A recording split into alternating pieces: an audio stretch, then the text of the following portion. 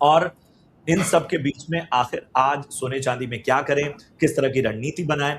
सबसे पहले गोल्ड की बात करेंगे। दिनेश सर, गोल्ड में जो एक प्रॉफिट टेकिंग आई थी, उसने एक कंसर्न जाहिर कर दिए थे, और चांदी की बात बाद में हम करेंगे, लेकिन अभी जो गोल्ड का एक सॉलिड लेवल नजर आ रहा है, जो बार बार एक अहम लेवल को बहुत ही लंबे समय तक, अमूमन हम एक वॉलेटिलिटी देखते थे, लेकिन कल से आज तक में हम एक देख रहे हैं कि वो लेवल को लगातार थामने की कोशिश नजर आ रही है, चाहे वो घरेलू बाजार में हो, चाहे अंतरराष्ट्रीय कीमतों में देखें। तो क्या आज की रणनीति सोने में रहेगी? किन लेवल्स का ध्यान रखा जाए? जी बिल्कुल प्रशांत जी, ये हमने बार बार कहा था कि 3930 ये एक बहुत मजबूत सपोर्ट लेके, और जैसे ही $4000 के भीतर गोल्ड जाता था, वहां से एक मूव आता था तो दोबारा उसको 4100 के आसपास रेजिस्ट करता था।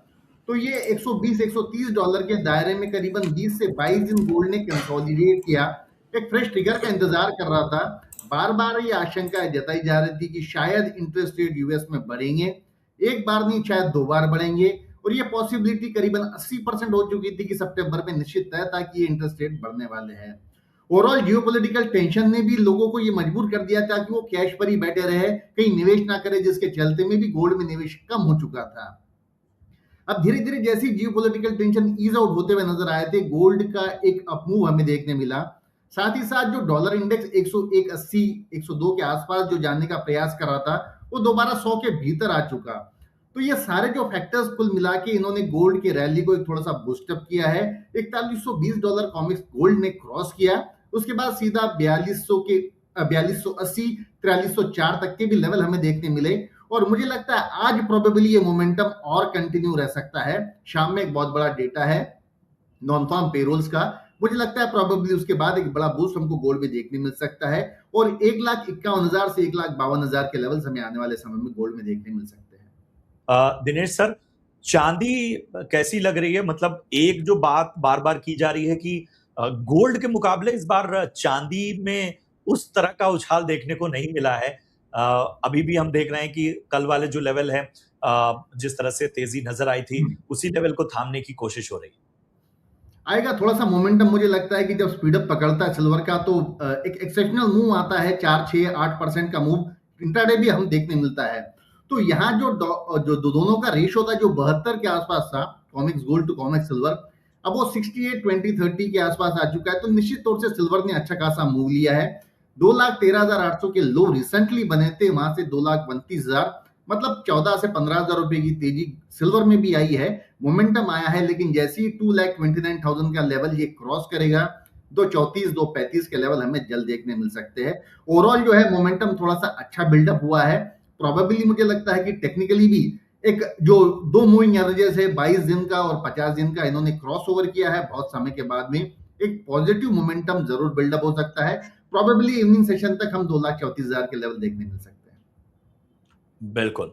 तो चांदी में भी बड़ा मूव बस आने की तैयारी है दिनेश सर की राय में। दिनेश सर, गोल्ड और सिल्वर के अपने ट्रेडिंग कॉल्स आज के बता दीजिए।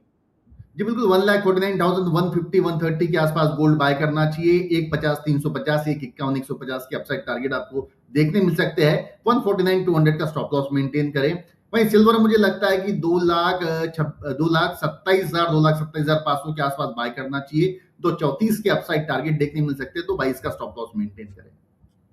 बिल्कुल। तो दिनेश सर, आप बताइए, सोने और चांदी में घरेलू बाजार में अब कौन से लेवल आप यहाँ से देख रहे हैं? मुझे पहले भी रेंज जो है 1,40 या नीचे में 1,36 से मैक्स टू मैक्स 1,36 लग रहा था।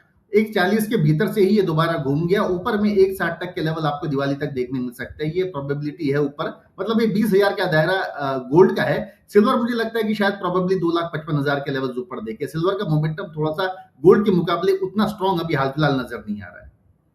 बहुत सारे सवाल भी हमारे दर्शकों के इस वक्त आ रहे हैं। कार्तिक शर्मा है, और इनका सवाल पहले लेते हैं। दिनेश सर, मैं आपके पास आऊंगा।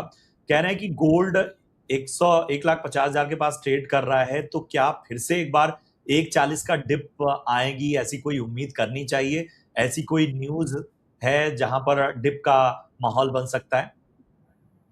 जी, मार्केट है, सब संभावनाओं का खेल है, कुछ भी पॉसिबल है, ऐसा नहीं कि ऐसा नहीं हो सकता है 36 भी आए। परिस्थितियाँ क्या निर्माण होती है, क्योंकि हर घंटे, हर पल कोई न कोई नया न्यूज़, नया अपडेट आता है और यही मार्केट को दिशा और दशा देता है। गोल्ड अभी पिछले हफ्ते की बात करूँ तो 1,40,000 के आस-पास दिख रहा था और सारी मंदी के संकेत दिख रहे थे। इनफैक्ट हमको भी लग रहा था शायद 1,36 आ जाए। लेकिन जो 1,43 500 के ऊपर से जिसने मोमेंटम लिया, तो 1,50 भी कल क्रॉस कर चुका है। तो ऐसा नहीं है कि ये नहीं आ सकता है, बट अभी इसकी संभावना थोड़ी-सी कम नज़र आती है। गौतम कुमार हैं, दिनेश सर आपसे जानना चाहते हैं कि दिनेश सर, क्या अगले वीक गोल्ड 4100 भी छू सकता है? गोल्ड की अगर लेवल देखें तो 4180 अभी एक अच्छा सपोर्ट है इसका, उसके बाद है 4120 का। तो ये 2 लेवल से नीचे मुझे नहीं लगता शायद गोल्ड अभी हाल-फिलहाल जाना चाहिए। हमारे एक दर्शक है चेतन और दिनेश सर आपसे पूछ रहे हैं कि सर गोल्ड मैंने 1,42,000 पे 50 ग्राम और चांदी 2,25,000 पे 2 किलो खरीदा है।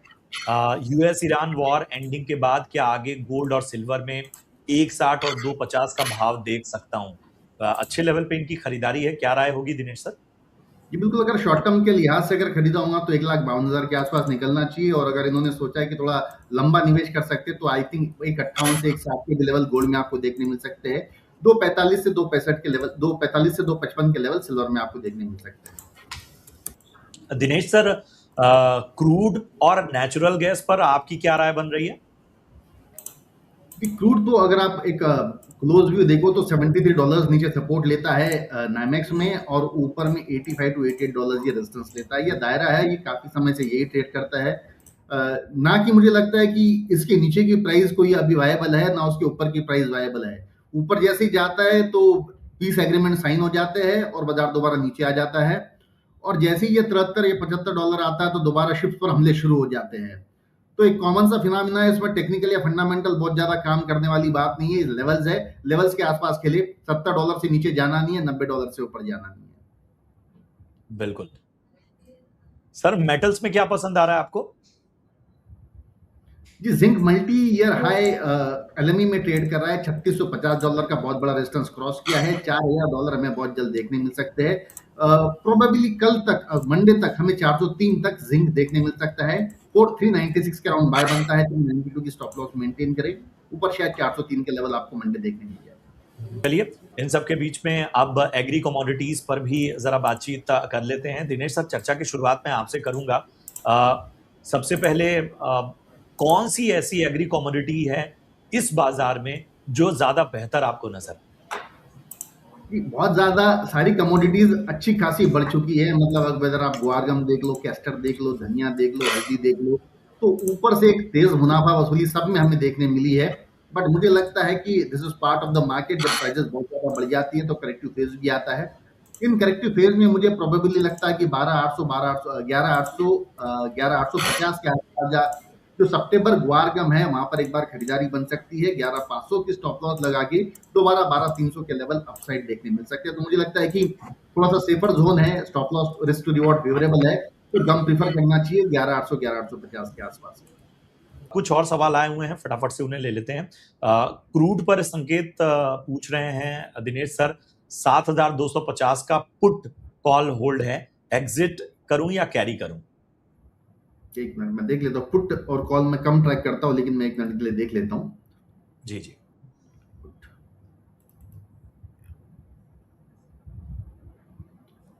आई थिंक यहाँ से 7300 तक क्रूड आ सकता है। जब 7300 आ जाएगा तो आप अपना पुट एग्जिट कर लीजिए। बिल्कुल। दिनेश सर, हमारे एक दर्शक हैं कार्तिक शर्मा, पूछ रहे हैं फिजिकल गोल्ड डिस्काउंट चल रहा है सर, क्या बाई किया जा सकता है या सेल साइड की कॉल होगी? मैंने पहले भी कहा कि गोल्ड ऐसी चीज है जो डिस्काउंट में बहुत कम बार मिलती है, ना के बराबर मिलती है। तो जब भी डिस्काउंट में मिले, लेने में कोई दिक्कत नहीं, कोई हर्ज नहीं। शेयर बाजार में निवेश बाजार जोखिमों के अधीन है।